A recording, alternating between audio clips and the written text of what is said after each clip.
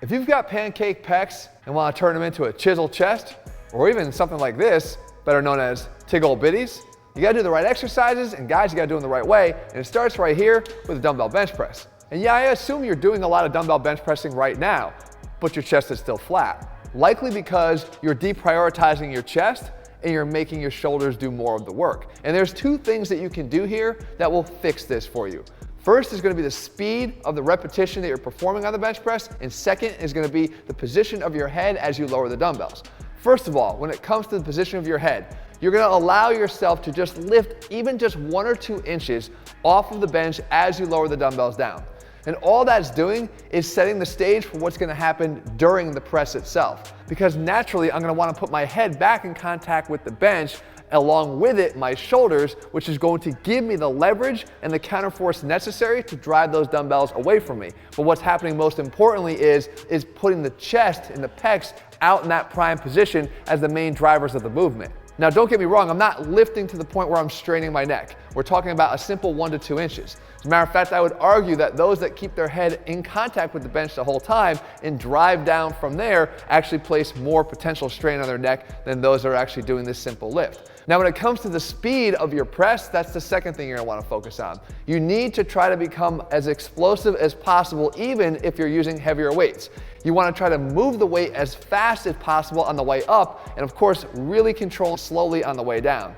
You see, the chest is actually comprised of the 3rd highest percentage of type 2 fibers of all the muscles in your body. What does that mean? It means this muscle is geared to handle more acceleration during the concentric of the exercise. So if you're driving those dumbbells up explosively, or much more explosive than you are right now, you might actually start to create more of that chest growth that you're lacking right now, simply by training the muscle the way it prefers to be trained. Now, there are some instances where even if after you implement those 2 changes to your bench press, you still really can't feel your pecs, well, that's where I recommend a detox exercise, right? It's my mind muscle rehab, and it comes in the form of a cable incline bench press. Now, the cables are the game changer here. It's worth the setup if you have access to this. What you'll find is that by setting the cables out wide and having to actively adduct them just to get them in position to press, you're almost pre-engaging the pecs and setting the stage once again for them to do more of the work and take the delts out of it. So if anybody suffers from feeling the pecs during a press, I guarantee you with 100% certainty, you will feel the pecs during this exercise. And some of us might think, but I can't lift as heavy here as I could with dumbbells or a barbell. But that's not the point. The point is you don't have the mind-muscle connection here to get the most out of those variations of the exercise, so why not work with this detox exercise and work on developing that so when you go back to those exercises, you're doing it better. The next thing you have to do to fix that flat chest is actually start to care about your lower chest. Even somebody that has moderate levels of body fat might be able to see the top row of abs. That top row of abs literally delineates the lower chest line. It's right up against it. And if your abs look more prominent right now than your lower chest, believe me, it's gonna look like you have a flat chest. So what you need to do is develop this area mostly with a dip. It's the classic exercise, but you have to do it the right way. Here, I want you to make sure that you are not allowing your shoulders to shrug at any point during the exercise. If you allow your shoulders to rise up and shrug up, then that chest is gonna get hollowed out, and when you press, most of the pressing is gonna come through the front delt and the triceps. But instead, if you drive your shoulders down, keep them forcefully unshrugged, lean forward so that you get your chest out more so than your delts, and then when you get to the bottom, you don't try to escape the uncomfortability of the stretch, but you actually try to wallow in it by performing something called a 1.5 dip. Again, anything you can do to spend more time in that lowered stretch position of the pecs is going to contribute more to the growth of that lower pec line and one that looks less flat. Now, with that lower chest more prominent, I can tell you nothing fixes a flat chest more than working on a more prominent upper chest or that upper chest shelf. As a matter of fact, you can even see this when wearing a shirt if you have any kind of a low-cut V-neck. How do you develop it though? This is one of my favorite ways to do it. It's called a cable Y pullover. And it's very important that you set the exercise up properly. You want your bench far enough away from the cables that you can get your arms up overhead into this Y position.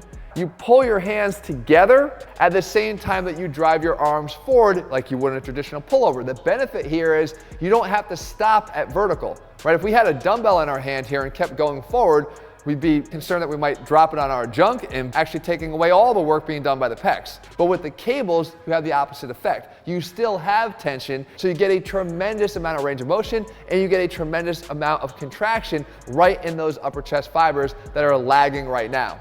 I would also argue that this exercise becomes somewhat shoulder protective because anyone that spends a great amount of time doing their chest exercises in this more delt dominant way is likely to have more of that rounded shoulder posture. This is a good way to restore some overhead mobility and some more normal biomechanics to the joint to make this exercise more than just an upper pec builder, but also a shoulder protector. If you're relying solely on dipping and pressing and wondering why you still have those pancake pecs, then this is going to be one of the main reasons why, because you need to do and perform all functions of the chest if you want it to grow the best. Here, we need to have exercises that bring our arms across midline. And perhaps there's no better or more direct way to do this than with the exercise that literally does this, the crossover. Now, the best thing about the crossover is its versatility. You can perform this in one of 3 different planes of motion, either straight out here in front of your body, anchoring from a low position and raising your arm up and across your body, or anchoring in a high position and lowering your arm down and across your body. Going from high to low is going to work more of that lower chest line that we already discussed with the dips. Going from low to high and up and across your body follows the fiber direction of those upper pec fibers or the clavicular fibers that attach to that collarbone, like I said, and will allow you to hit them more effectively. And then again, going across our body is going to work more of those sternal fibers that attach in this direction here, again, rounding out those pecs. Now, the great thing is this exercise can be performed either individually, one attacking each plane at a time, or you can perform the exercise as something I call an omni crossover, where you differentiate the plane of motion that each arm is following. One can be set from high to low, and one can be set just in the midline, or one can be set high to low, and the other can be low to high. It's up to you which configuration you want to do here. You can save time if you're short on time, or again, separate them all out and attack them individually. The bottom line is this is one of the few exercises that gets the adduction needed to start to make that chest of yours become much more three-dimensional. Now, if there's anything that can undermine an attempt to build a more prominent chest, it's a bad shoulder.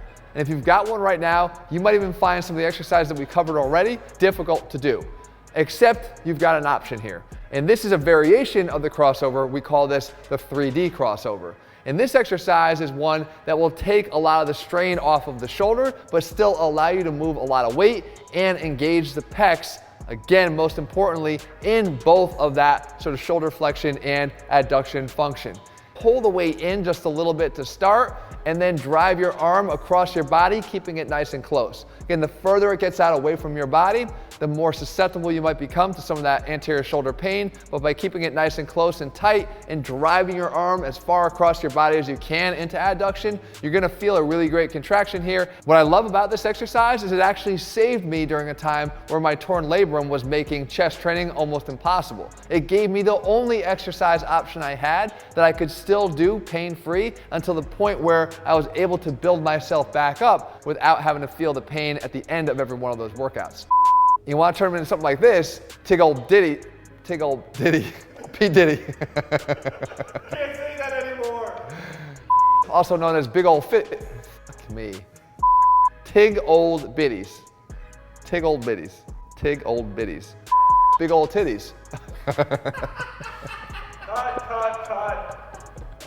Remember, whether you're a hard gainer or you're just starting out and this is the type of chest that's staring back at you right now, there is a path to something much better looking, and this is the way to do it, guys. If you're looking for a full workout, you can link to this perfect chest workout. And if you're looking to see how I rank a lot of the different chest exercises, you can see all my rankings for those right here. If you're looking for a complete program, guys, they're available over at ATHLEAN-X.com. If you haven't done so, click subscribe, turn on notifications so you never miss a video when we put one out. All right, guys, see you soon.